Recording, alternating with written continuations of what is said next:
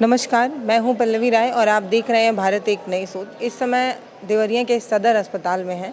बहुत तेज़ी से तो नहीं बोल सकती क्योंकि यहाँ पे तमाम मरीज़ हैं। इस वजह से भाषा का संयम और आवाज़ का संयम दोनों ज़रूरी है। आज आपको एक कहानी बताने आए हैं। ये एक ऐसी पीड़ित महिला की कहानी है जो एक शख्स से प्रेम करती हैं और शादी करती हैं। अब भारत ऐसा हो चुका है जहाँ पर अगर आप प्रेम करते हैं और शादी करना चाहते हैं तो आपको क्या कुछ झेलना पड़ सकता है वो आप समझिए। ये एक पति पत्नी की कहानी है, मेनका जी की कहानी है जो करीब 6-7 सालों से अपने ही परिवार के लोगों से परेशान हो रही हैं। और आप समझिए कि जो पिता अपने बच्चों को जन्म देता है वो सिर्फ अपने मन से शादी कर लेने की वजह से किस तरीके से एक महिला को परेशान करने पे आतुर हो जाते हैं। वो महिला और कोई नहीं, उनकी खुद की बहू है। मेनका जी, आपसे बात कर सकते हैं? आप सही हैं? अभी आपकी तबीयत ठीक है? तो ठीक है, मतलब अभी थोड़ी देर पहले हुआ, थोड़ा उल्टी उल्टी आ गई थी, एकदम घबराहट स्टार्ट हो गई थी। है रात से थोड़ी सी तबीयत खराब, ज़्यादा बोला नहीं जा रहा है, बस इतना है। बात कर पाएंगी? हाँ, थोड़ी बहुत कर पाऊँगी, ज़्यादा नहीं। मेनका जी, मैं जानती हूँ कि आपके लिए ये बहुत कठिन है कि जो चीज़ें आपके ज़िंदगी में सबसे ज़्यादा दुखदाई हैं आपको वो बार बार ऑन कैमरा बताना पड़ता है। एक महिला होने के नाते ये चीज़ मैं बहुत अच्छे से समझ सकती हूँ कि जो चीज़ें अप्रिय घटना जो आपके साथ हुई हो उसको आप बार बार ऑन कैमरा लोगों को बताएं, ये बड़ा मार्मिक होता है। लेकिन फिर भी एक पत्रकार होने के नाते मेरी मजबूरी है कि मैं आपसे फिर वही बात करूंगी जो आप नहीं करना चाहती, जिस चीज़ को आप भूलना चाहती हैं। मुझे ऐसा लगता है कि अगर आप शायद हमें बताएं तो हम और लोगों तक पहुंचा सकें, आपकी परेशानी थोड़ी कम हो सके। मेनका जी, मुझे ये बताइए कि आप लोगों ने आपस में शादी की, फिर इनके परिवार वालों की तरफ से आपत्ति थी। आपके परिवार वाले को कोई दिक्कत नहीं, मेरे परिवार वालों को कभी कोई दिक्कत नहीं। मेरे परिवार वाले आज भी मुझसे बात करते हैं। मेरे परिवार वाले हमेशा वो यही कहते हैं कि बस तू खुश रहे, हमें कोई दिक्कत नहीं है। बस अगर ये लोग तंग कर रहे हैं तो उनके खिलाफ़ कंप्लेंट करो और सज़ा दिलवाओ। अभी उनको पता चला है ये सब, तो उन्होंने मेरे को यही बात बोली है कि कंप्लेंट करके उनको सज़ा दिलवा, बस और कुछ नहीं। क्योंकि उन्होंने कोई पता नहीं था कि ये सब हुआ है। उनको लगा था कि बस लड़ाई झगड़ा को कर रहे हैं, लेकिन इतनी बड़ी घटना उनको भी नहीं पता था कि उन्होंने मेरे साथ ये सब कर दिया है। वो भी चौंक गए हैं एकदम। लेकिन मेरे माँ बाप अभी भी कहते हैं कि हम तेरे साथ ही है, बस तू ठीक रहे। कब की थी आपने शादी? हमारी 8 साल पहले शादी हुई थी, 2014 में। प्यारी सी बच्ची भी है आपकी। 6 साल की बेटी है। क्या नाम है उनका? श्रेया सिंह। इस बीच में आपकी खबर जब मैंने पढ़ी तो एक बात और सामने आई कि आपका एक बच्चा था जिसकी पेट में मौत हो गई थी। 5 महीने की प्रेग्नेंट थी। कब की घटना है? ये अभी 1 अप्रैल की घटना है। 31 तारीख को मारा था और 1 अप्रैल को मैं इसी हॉस्पिटल में एडमिट थी, जिसमें कि मेरा 5 महीने का मिसकैरेज हुआ था। कौन मारा था आपको? मेरे ससुर ने मारा था, उमेश सिंह ने। तो रात को मुझे बहुत दर्द उठा एकदम से ही। मेरा बच्चा जो है, अभी भी मैं यही कहती हूँ कई बार कि मेरा बच्चा टैंक में, मतलब जो गटर है वहाँ पे है। लेकिन जो हमारे यहाँ का सीओ है ना, जिला अधिकारी, उसने कह दिया है कि बच्चा तो कोई है ही नहीं, जो कि उसमें वो चेक भी नहीं किया उन लोगों ने। मैं तो 3-4 महीने से लगातार उनको यही बात बोली कि मेरा बच्चा तो निकालो उसमें से, लेकिन नहीं निकाला। बच्चा था मेरे पेट में था? में था। तो मेरे को जब मारा गया था तो मेरा रात को एकदम से अचानक से मेरे पेट में दर्द उठा। तो मेरा जो मेरे को वॉशरूम वगैरह जैसे आया तो बच्चा मेरा वॉशरूम में ही गिर गया था। तो मैंने एम्बुलेंस वगैरह बुलाई थी। फिर एम्बुलेंस मुझे रुद्रपुर लेके गई थी, फिर वहाँ से रेफ़र यहाँ किया गया था। और बस मैं बता भी रही हूँ कि बच्चा है वहाँ पे, देखिए आप जाके। आज तक नहीं सुनी उस बात को। मुझे तो लगता है मेरा वो केस दबा भी दिया है ही नहीं, वो तो बिल्कुल मिटा दिया उस बात को। तो वो तो कहते हैं अल्ट्रासाउंड भी कहाँ है, बच्चा है ही नहीं, बच्चा तो था ही नहीं। और जो कि मुझे पता है मेरा बच्चा था, अल्ट्रासाउंड भी है, सब कुछ है, लेकिन उनकी नज़र में कुछ नहीं है। सीओ है, इतनी बदतमीज़ तरीके से फ़ोन में बात करो तो इतनी बदतमीज़ तरीके से बात करता है, पूछो मत। वहाँ के जो SHO है वो भी मुझे उल्टा सीधा बोलते हैं। थाने में जाओ, 2-2 दिन बैठे रहो, फिर गाली गलौज करेंगे, धक्का मारने कहेंगे, चालान काट देंगे, चाहे यहाँ से यहाँ आ जाती है रोज़ रोज़, तू तो ऐसे वैसे, मतलब कपड़ों को लेके कमेंट करेंगे सब। मतलब हर तरीके से उन लोगों ने मेरे को बदतमीज़ी की है मेरे साथ, बहुत ज़्यादा। मतलब आप ये कह रही हैं कि पुलिस वाले आप पे ही उंगली उठाते हैं, जी आपके कपड़े पे बात करते हैं? जी, मेरे कपड़ों पे हमेशा कमेंट किया है कि ऐसे पहन के आ जाती है, तो मतलब कुछ भी बोल देते हैं। और मैं कहती भी हूँ कि सर मेरे साथ ये सब हो रहा है, आप देख तो लो पहले। नहीं, उन्हें फ़र्क ही नहीं पड़ता। और जो कि प्रूफ के साथ जाती हूँ कि ये देख लीजिए ये हुआ है, अभी 1 मई की बात है, रात को 9:30-10 बजे करीब मेरा ससुर एक अनजान आदमी को ड्रिंक करवा के लेके आया। वो इतनी गंदी तरीके से जमा ही है, तो ये है, तो यहाँ आ कैसे गई, तुझे काट के फेंक देंगे, तो यहाँ से चली जा, तुझे क्या लगता है कि तू यहाँ रह लेगी। मतलब बहुत गंदी गंदी गाली बकरा कर, आज तो तुझे छोड़ के जा रहे हैं, अभी तू यहाँ से गई नहीं ना तो तुझे मार के तो जाएंगे जाएंगे। बंदूक उसके हाथ में, मैं जाके बता रही हूँ अगले दिन ही, तो फिर तब भी मेरे पे उंगली उठा रहे हैं, उल्टा सीधा मुझे ही बोल रहे हैं। मैंने कहा आपने एक बार भी कार्रवाई की, आप कर रहे हो, तो उसमें कार्रवाई क्या किया, सिर्फ एनसीआर, जो कि मैं पूरा बताया। उन्होंने क्या कहते हैं विवेचना करेंगे, विवेचना करके आए हैं, विवेचना में सब कुछ आया है, बताया गया है कि हाँ ये सब हुआ था रात को। तब भी क्या हुआ, कुछ नहीं हुआ, बस एनसीआर कर दिया और कह दिया जाइए आप, हो गया काम। अभी तक आपके ससुराल पक्ष की तरफ से कितनी बार आप पे हमले हुए हैं, कितनी बार मारने की कोशिश? मेरे को तो, मुझे याद है मैं 16 फरवरी को यहाँ आई थी, अपनी जान वान की सबकी एक दरख्वास्त अपने हाथ से लिख के मदनपुर थाने में दे के आई थी कि मैं यहाँ आई हूँ, मेरे को जो गुड़गांव महिला पुलिस है उन्होंने मुझे यहाँ भेजा है और ऐसे ऐसे बात हुई है वहाँ पे मेरे साथ, और मैं यहाँ पे इसलिए आई हूँ, तो मेरे साथ कुछ भी हो सकता है, इसलिए मैं अपनी सुरक्षा के लिए ये आपको देख के जा रही हूँ। बस 16 फरवरी को मैं दे के गई हूँ, 17 फरवरी से मेरे तो अटैक तब से ही हो रहे हैं, कोई मार के जा रहा है, कभी रिश्तेदारों को लेके आके मार रहे हैं, घर से सारा सामान लेके भाग गए, जो छोटी जाति की है हमारे घर का सामान छुएगी, ये करेगी, नीच जाति की इसको हम नहीं रखेंगे। और फिर धीरे धीरे हमारे से पैसे मांगने आ गई है, कभी कहते 30 लाख मांगने आई है, कभी कहते 35 लाख मांगने आई है, हमें ब्लैकमेल करने आई है। मतलब हर तरीके से इन लोगों ने मुझे बदनाम करा, मेरा फेसबुक फर्जी बना दिया आईडी का, मतलब, और समाज में उल्टा सीधा, सड़कों पे जा रही हूँ, सड़कों पे पकड़ ले रहे हैं, वही मेरे को मार ले रहे हैं, कुछ भी कर दे रहे हैं। एक दिन तो मेरे कपड़े भी, मेरा खुद मेरी जो सास है उसका रिश्ते भतीजा है, उन्होंने मेरे कपड़े भी फाड़े, चोटी तक खींच के मेरे को नीचे गिराया था घर के दरवाजे पे, पब्लिक ही देखा भी, लेकिन किसी ने मदद नहीं की थी उस टाइम पे भी। ये फरवरी की बात है, लगातार मतलब फरवरी से लेके अब तक मेरे साथ यही हुआ है। आज मैं इस बिस्तर पर पड़ी हूँ सिर्फ इसी वजह से कि मेरी मदद किसी ने नहीं की। ऐसी कोई घटना होती है तो आस पड़ोस के लोग भी आपकी किसी तरीके की कोई मदद? कोई हेल्प नहीं करता मैम, सब छोटी जाति के हैं, वहाँ पे सब उन्हीं से डरते हैं, सब पीछे हट जाते हैं, देखते सब कुछ है लेकिन बोलता कोई कुछ नहीं है, सब पीछे हट जाते हैं, कहते हैं नहीं हम बीच में नहीं बोल सकते। आपको इतना मारा इसलिए जा रहा है क्योंकि आप इनकी बिरादरी की नहीं है, आपने एक अलग बिरादरी में शादी की है? बस मैंने शादी कर ली, लव मैरिज कर ली, छोटी जाति की हूँ, बस चाहते हैं कैसे भी करके या तो ये मर जाए या फिर हमारा बेटा इसको छोड़ दें। आप चौहान हैं? जी, और ये मैं चौहान हूँ, मैं धोबी में आती हूँ, दलित हूँ मैं, ये राजपूत हैं, ठाकुर में आते हैं। अच्छा, आप दलित समाज से। जी, तो आपके ससुराल पक्ष को यही पसंद नहीं था कि एक पिछड़ी जाति की लड़की आ गया और शादी कर ली, हमें तो कुछ मिला नहीं, हम चाहते हैं कि तू राजपूत में शादी कर, कुछ हमें मिलेगा, दहेज वहेज, मतलब 1 लाख की पैसा हमें बहुत कुछ मिले, बस उसी का उनको लालच रहता है, और उसी की लालच से ही छोटे देवर ने मेरे साथ गुड़गांव में गलत किया, फिर उसके बाद यहाँ पे मेरे साथ लगातार गलत होता रहा।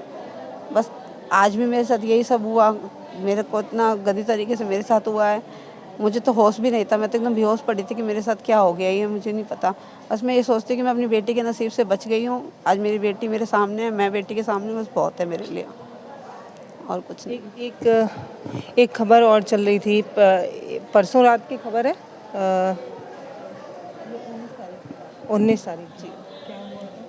बस ऐसे ही मैम सो रहे थे, हम तो हमेशा ही छत पे। किसने आपके साथ ऐसा काम किया? ससुराल वाले ही हैं, देवर, ससुर, सास, चाचा, नंदे हैं दोनों, मामा हैं, 3 मामा थे, इन सबों ने एकदम से हमारे ऊपर अटैक किया, क्योंकि हमारी छत पूरी खुली हुई है, घर पे कोई भी कैसे भी चढ़ जाएगा, कैसे भी ऊपर आ जाएगा, एकदम लाइट पानी बिजली कुछ है नहीं, हम तो भारी छत पे सोते हैं। बस रात को 2-2:30 बजे के आसपास अटैक कर दिया हमारे ऊपर, सोते हुए के ऊपर। आपकी यहाँ पे जब आप इस अस्पताल में आई तो आपका अल्ट्रासाउंड या कुछ ऐसा हुआ जिसमें रिपोर्ट में ऐसी घटना जो खबरों में चल रही हैं वैसा प्रूफ हो आपके पास? कल आया है, पुलिस वालों के पास है, मेडिकल में सब कुछ साफ दिखाया गया, यहाँ तक कि जो डॉक्टर है मेडिकल मैम, उन्होंने सारा कुछ लिख के भी दिया है सब कुछ में, मतलब पूरा ओपन आया है कि हाँ ये सब हुआ है। अब पुलिस वालों के पास रिपोर्ट है, रिपोर्ट में सब कुछ है मैम, तो बता सकते हैं वो लोग कि हाँ है ये सब। उन्होंने बताया था मेरे को कि मेरे को कोयले की जो आग होती है ना, वो भी मेरे शरीर में से निकली है, प्राइवेट पार्ट में से, जो कि हमारा क्या चूल्हा है, मैं खाना चूल्हे में बनाती हूँ वहाँ पे, क्योंकि गैस वगैरह ये सब लेके भागे हुए, तो मैं तो चूल्हे पे वहाँ खाना बनाती हूँ, तो वहीं मेरा चूल्हा था। तो मेरे को मैम ने बताया कि तुम्हें जलाने की कोशिश भी की गई है, क्योंकि तुम्हारा प्राइवेट पार्ट जलाने की कोशिश भी की गई है, उसमें से कोयले की कुछ राखें मिली गई है, जो कि उन्होंने बाकायदा मेडिकल रिपोर्ट में लिख भी दिया गया है। सारे पीछे चोट आई हुई है, पूरे यहाँ सारा यहाँ सब में चोट आई है। उन्होंने ओपन सारा लिखा है कि ये सब उसके साथ हुआ है, लाठी अंदर डाली गई है, सब बताया है मैम उन्होंने। 16 तारीख को जब तक आपको होश था तब तक आपके आसपास कौन कौन था? मैम मेरे आसपास मेरा देवर था, मेरा चाचा था और एक मामा है वो था, मेरी दोनों सास, एक ननद, ये सब मेरे साथ थे। मुझे पता है अच्छे से कि मेरे को मार रहे हैं ये लोग सारे। देवर है कि मेरा गला घोट रहा था रस्सी से पहले। जब मेरे पति के ऊपर हमला हुआ ना, तो जब उन्होंने अपने आप को बचा के और बेटी को लेके कूदे, तो ये सब हड़बड़ाहट में इन्होंने बोला कि बस जल्दी करो, जो करना है, वो भाग गया। उसके बाद मुझे पता चला कि घर में हमारे ये सब हैं और मेरे को बस हमला जो करना है जल्दी करो, तो इन्होंने जल्दी के चक्कर में मेरे चाकू मारा मेरे चाचा ने, और जो देवर है उसने मेरे को पहले रोड हटाया, फिर जल्दी से लाठी डाल दी। फिर मुझे नहीं पता कि मैं होश है या नहीं है, मेरे को नहीं पता कब कहाँ भागे ये लोग, कैसे भागे। मुझे पता है मैं बेहोश थी, कब इन्होंने मेरे ऊपर राख डाली, कब क्या किया मुझे नहीं उसके बाद पता चला। बस मुझे होश आया तब जब मेरे ऊपर पानी डाला गया। और अस्पताल में मैम मेरे हस्बैंड बताएंगे ये सब उसके बाद क्या हुआ था, कि मुझे इसके बाद नहीं पता कुछ भी। बस मुझे इतना पता है कि मेरे ऊपर पानी डाला था, तो मेरे को तब होश आया था बस। एक महिला हूँ, जब एक महिला का ऐसा दुख सुनती हूँ तो समझ नहीं आता है। हमने कबीर के दोहे पढ़े हैं, वो पढ़ पढ़ के बड़ी हुई हूँ। हमने ये पढ़ा है कि 2.5 अक्षर प्रेम के पढ़ने से लोग पंडित हो जाते हैं। मतलब हमारा जो समाज है वो प्रेम करने को सिखाता है, और एक प्रेम ऐसा भी है जिसके बारे में आप देख रहे हैं। परिवार वाले इतने दुश्मन हो चुके हैं कि एक महिला के साथ ना सिर्फ रेप होता है, उनके प्राइवेट पार्ट में डंडा डालने की कोशिश होती है, एक बांस डालने की कोशिश होती है। और मैम बता रही है कि डॉक्टर ने खुद रिपोर्ट में लिखा है। आप लोगों के पास रिपोर्ट है या पुलिस के पास? आपके पास कोई प्रूफ नहीं है? मैम इससे पहले भी जब हमारा बच्चा मारा गया था तो पुलिस ही लेकर के आई थी, और पुलिस ने ही मेडिकल कराया था, अल्ट्रासाउंड कराया था। और डॉक्टर जब उस टाइम जब ये सारा मेडिकल रिपोर्ट और सारे जब टेस्ट करते हैं, उसके बाद वो बताते भी हैं कि हाँ ये सारी चीज़ें हैं। ये जो आप घटना देख रहे हैं ये कहीं और का नहीं, देवरिया का है, गोरखपुर मंडल लगता है। ये कहानी सतीश जी की थी और मेनका जी की। आप समझिए कि एक लड़का एक लड़की आपस में प्रेम करते हैं, और प्रेम करने के बाद जो ये लोग शादी करते हैं, शादी करने की सज़ा जो है एक मेनका जी और सतीश जी भोग रहे हैं। एक छोटी सी बच्ची भी आप देख रहे होंगे उनके बगल में है, जो करीब 7 साल की हैं। अगर इनकी बात को 3-4 बिंदुओं पर आपका ध्यान ले जाऊं तो आप समझिए कि इन्होंने साफ कहा कि 3 बार ये मुख्यमंत्री से सीधे मिल चुके हैं, और मुख्यमंत्री जी ने बच्ची को चॉकलेट भी दी है।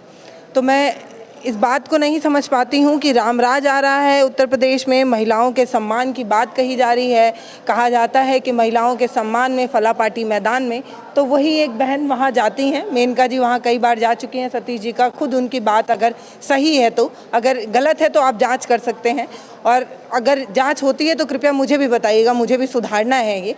वो बता रहे हैं कि 3 बार मुख्यमंत्री जी उनसे खुद मिल चुके हैं, बच्ची को चॉकलेट दे चुके हैं, लेकिन कार्रवाई के नाम पर कुछ नहीं हो रहा है। ये परिवार बार बार यहाँ पर कभी पुलिस महकमे में जाके शिकायत करता है तो ये बताते हैं कि कभी कोतवाली थाना के सामने मार खा चुके हैं, तो कभी थाने के सामने पीटा जा चुका है, कई बार FIR लिखवा चुके हैं, लेकिन कोई सुनने को तैयार नहीं। जब अपना पिता ही खुद कसाई बन जाए, अपनी माँ खुद ही डायन बन जाए, तो एक बच्चा कहाँ तक भाग सकेगा, कहाँ तक वो अपनी ज़िंदगी संवार सकेगा। ये परिवार यहाँ गांव आया हुआ था, और इनकी गलती सिर्फ इतनी थी कि भैया राजपूत हैं और जो मेनका जी हैं वो दलित समाज से आती हैं। तो ये जो जुगल है, जो ये प्रेम है, उसका सज़ा आप देखिए। इस घटना को मैं जब बताने की कोशिश करती हूँ तो कहीं सहम जाती हूँ कि एक लड़की जिसके साथ पहले रेप होता है, फिर उनके प्राइवेट पार्ट में डंडा डालकर उनको मारने की पूरी कोशिश होती है, हाथ बांधा जाता है, रस्सी से गला घोटने की कोशिश होती है, फिर भी वो माँ जिंदा है और अपने हक की लड़ाई लड़ रही है। अगर आपसे दोबारा कभी रामराज के नाम पर ताली बजाने के लिए कहा जाएगा तो आप ये कहानी ज़रूर याद रखिएगा। ये उत्तर प्रदेश का ही एक परिवार है जो ऐसे झेल रहा है, एक महिला ऐसे झेल रही है और आपको कहा जाता है कि आप रामराज में जा रहे हैं। वो रामराज जहाँ सभी सुख चैन से जीते हैं, जहाँ महिलाओं की इज्जत होती है, जहाँ महिला मुस्कुराती है पोस्टरों में, लेकिन हकीकत में महिलाएं अस्पताल में ऐसे लेटी हैं, अपने हक के लिए, अपने हुकूक के लिए लड़ रही हैं। कोई सुनने को तैयार नहीं, खाली एफआईआर पे एफआईआर हो रहा है। ये परिवार बार बार दौड़ रहा है, लेकिन सुनवाई हो ये नज़र नहीं आ रहा, कार्रवाई हो ये दिख नहीं रहा। आगे क्या होगा ये मुझे नहीं पता। एक महिला पत्रकार होने के नाते मुझे ये लगा कि इनकी बात शायद मैं अपने दर्शकों तक पहुंचाऊं, तो आप लोग कुछ करें, आप लोग एक प्रशासन पर दबाव बनाएं और ट्विटर पर इस मुद्दे को और प्रमुखता से उठाएं। मेनका जी लगातार ट्विटर पर अपनी समस्याओं को लिख रही हैं। करीब एक हफ्ते से तो मैं उनका ट्वीट लगातार देख ही रही हूँ। आपसे रिक्वेस्ट है, अगर आपके घर में भी बहनें हैं, आपकी भी अपनी माएँ हैं, तो आपकी जिम्मेदारी बनती है कि महिलाओं पर ऐसी जब कोई ऐसा मामला आए तो आप खुद से भी ट्विटर पर एक्टिव हो, क्योंकि लोग कहते हैं कि प्रशासन की नज़र ट्विटर पर ज़्यादा रहती है। तो इस मुद्दे को आप ट्विटर पर उठाइए, आपसे अनुरोध है। मैं भी इस मुद्दे को लेकर अब ट्विटर पर एक्टिव रहूँगी। आपसे भी अनुरोध है कि आप ट्विटर पर इस चीज़ को लेकर लिखें ताकि लोग इन पर ध्यान दें, इनकी समस्या का समाधान हो सके। नमस्कार, मैं पल्लवी राय, आप देख रहे हैं भारत एक नई सोच। बहुत बहुत धन्यवाद। अब हमारे वीडियो का नोटिफिकेशन पाइए सबसे पहले हमारे ऐप से। हमारे ऐप को प्ले स्टोर से डाउनलोड करने के लिए डिस्क्रिप्शन में दिए गए लिंक पर जाइए और हमारे ऐप को इंस्टॉल करिए, क्योंकि ये बिल्कुल फ्री है।